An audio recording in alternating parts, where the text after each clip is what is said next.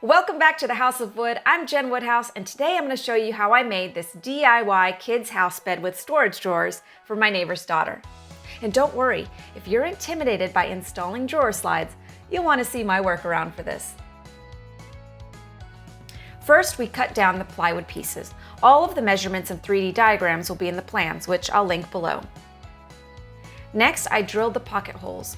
Pocket hole joinery will make this assembly go pretty quick and easy, and I've really been digging this pocket hole jig by Porter Cable. I'll also leave links to the tools I used for this project in the description box below.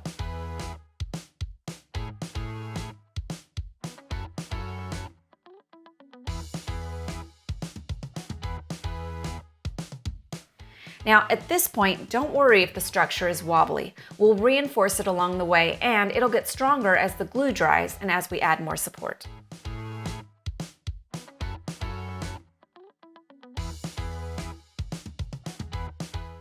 I just love when my husband helps me in the shop. He lifts all the heavy stuff. Oh, and here's a quick tip.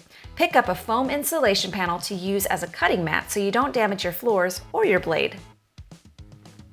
Here I'm using a cutoff piece as my straight edge to guide my saw. I temporarily nailed it down so that it wouldn't move while I made the cut. Then I can just pry off the board when I'm done. This is a really handy trick when you can't use clamps. After cutting the house parts out, I added 1x2 board and batten trim. I did this just for the piece that will serve as the footboard, and I'll do something different for the headboard.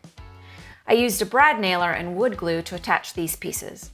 Now be sure to always use glue whenever you're just using nails to attach boards. This will make your joints stronger. Now if you look closely, I'd made a mistake here. I got a little ahead of myself and attached the vertical piece before trimming out the window. So instead of prying off the whole piece, I used this Dremel tool to cut it down. So now I can go back and add my window trim.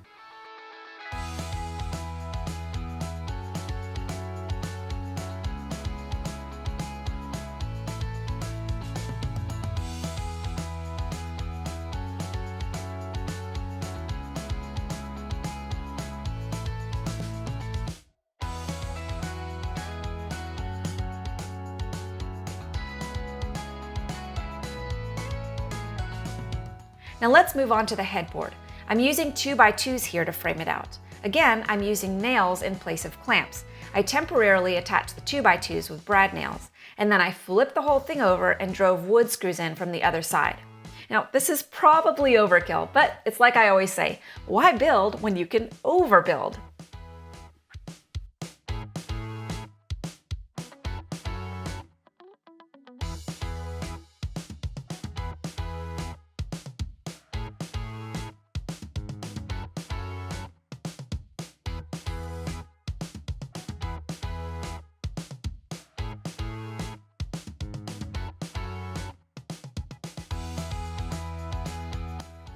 To add the cute lattice detail, I cut a couple of scraps to serve as spacers so that I could space the slats apart equally without having to measure each time. But this time I used a pin nailer and wood glue since a brad or a finish nailer would have been too aggressive on these delicate lattice pieces.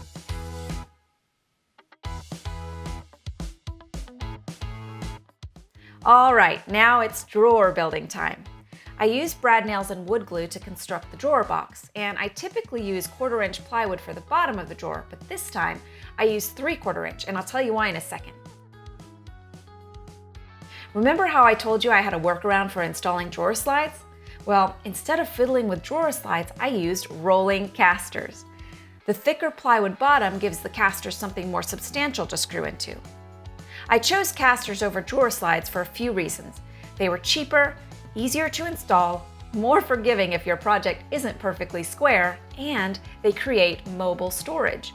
My neighbor's daughter can stash her toys and treasures in the drawers, roll it out into her room for playtime, and then roll it back in for cleanup. Finally, I attached the drawer face and the knob, and then we took it all into her room for assembly. We just love how it turned out, and bedtime and playtime and cleanup time is so much more magical now. For more information, you can read the step-by-step tutorial on jenwoodhouse.com. And don't forget to download the plans while you're at it. And if you build this, I'd love to see it. Tag me at Jen Woodhouse on social media for a chance to be featured. Thanks so much for watching, and I'll see you next time.